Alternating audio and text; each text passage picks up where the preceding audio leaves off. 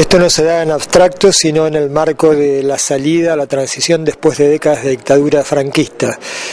¿Con qué resistencia se encontró dentro de la institución? Y a su vez, ¿cuáles fueron las principales reformas formativas y después ya en la policía en funcionamiento? Bien, lo primero que hay que decir es que la policía manifestó una seria resistencia al cambio durante un tiempo breve, relativamente breve. Luego se pudo modificar esa tendencia porque la resistencia al cambio en el fondo obedecía a falta de directrices políticas claras y por tanto hacer más de lo mismo porque nadie te dice lo contrario, y en segundo lugar había una cierta resistencia porque eran muchos años de franquismo y por tanto una manera de hacer que daba seguridad a los policías. En realidad lo que sucedió, y nos dimos cuenta muy rápidamente, es que la inmensa mayoría de los policías aceptaban el cambio, querían un cambio además, es decir, los policías no, por definición, no tienen por qué ser favorables a las dictaduras,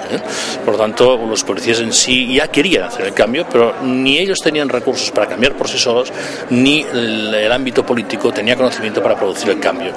En un periodo relativamente corto se pudo producir ya la inversión de esta dinámica, de tal modo que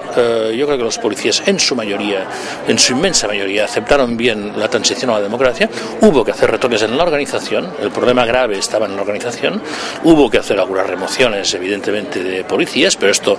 el propio relevo generacional ya lo propició, y en el fondo tengo que decir que fue una transición desde el punto de vista policial relativamente pacífica, y si no fue más rápida y no fue mejor, fue más debido a la incapacidad de generar políticas públicas de seguridad que a la resistencia a cambio de los policías, que como digo al inicio existía, pero se venció con relativa rapidez. ¿Cuáles fueron los cambios en la formación de los policías y a su vez cuáles fueron los cambios en la selección en la que usted hacía hincapié, que por más que se dé deontología en la academia policial, si los individuos que ingresan no tienen una formación ética, esto es echarlo en saco roto? Claro, cualquier cambio en la policía exige que el que tiene el poder de cambiar, es decir, el estamento que desarrolla políticas públicas, sepa lo que quiere. Esta es la primera condición. Si se sabe lo que se quiere, se puede perfilar cómo debería ser la corporación en democracia. Hablábamos de líneas rojas que no pueden ser traspasadas y no deben ser traspasadas, y una vez que se ha perfilado cómo se quiere la organización, hay que pasar a perfilar cómo se quieren a los integrantes de esa organización. Por lo tanto, la selección fue relativamente fácil de hacer una vez se tuvo marcado cuál era el perfil por arriba y por abajo del candidato a la Academia de Policía.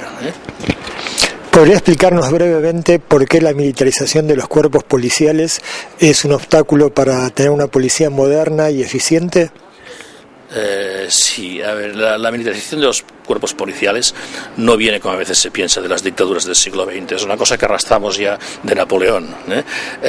Se caracteriza por ser un sistema apreciado en las dictaduras, pero el problema esencial es que justamente un modelo militarizado tiende a, uno, reconocer al que tiene enfrente como el enemigo.